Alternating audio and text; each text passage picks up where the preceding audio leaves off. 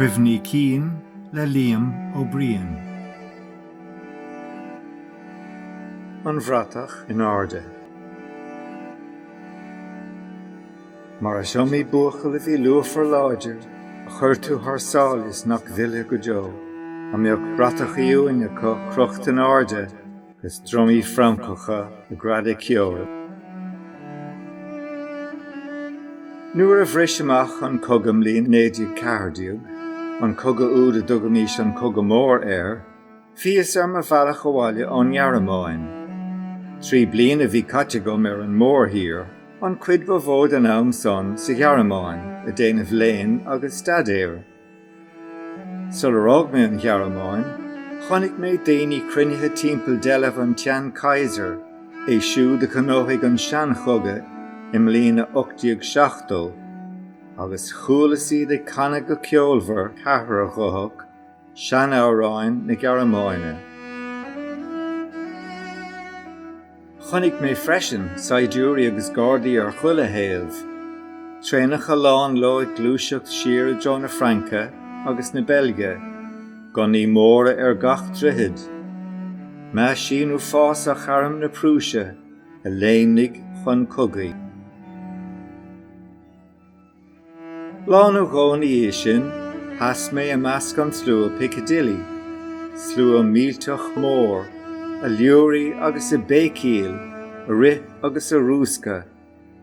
Rith mé lo go dtí Pálás Buckingham, mar ar gléadar an rí, teacht amach agus banú dóibh. Rud nach nearne, chonig mé an uair sin rud nach bhaca riamh hannah, an leon Bratach a dúiseacht as traum thuan, agus a fógart don saol le dlam ú fásach, go raibh farag agus fán troda Tríú Carolán í sin, fra níos a rís ar mo chathair dhúchais, chathair átha tlia, agus chonicas rudaí a chur mo lábhaigh cimmelt mo húil. An chathair báite, na príomhráideanna ar chuí ar bith, faoi Union Jacks, na mílte acu. Agus seacht an ribhe sin le mé cur síos ar na haram, a tugad isteach in ménéadar, an umrascáil a tharla idir na daoine agus na King's Own Scottish Borderers, na ruchar a cathag, na daoine a maríog, an bheirg mhór chun na saidúrí a bhí ar winter bhaile lia, agus inis, ní raibh le feiceáil ach Union Jacks. Ach ní raibh an chéad lá sindom soáile caite, go bhachas rud a bheith súlaí fóstar lumsa. Fir óga a siúl na stráidena go réigh chúiseach ar nós cumalamm, agus gunaí ar an ngúlan nó fina nascail acu. Fir óga nach raibh éon chosúlacht ortha, gur a teacht ó bheith a fáiléireach de bhíodar. Fir óga den chineál a chiang na blianta ribhe sin, I ranganna chunra na Gaeilge, nó ag léocht a art I gríofa, in ard chríomh sin féin.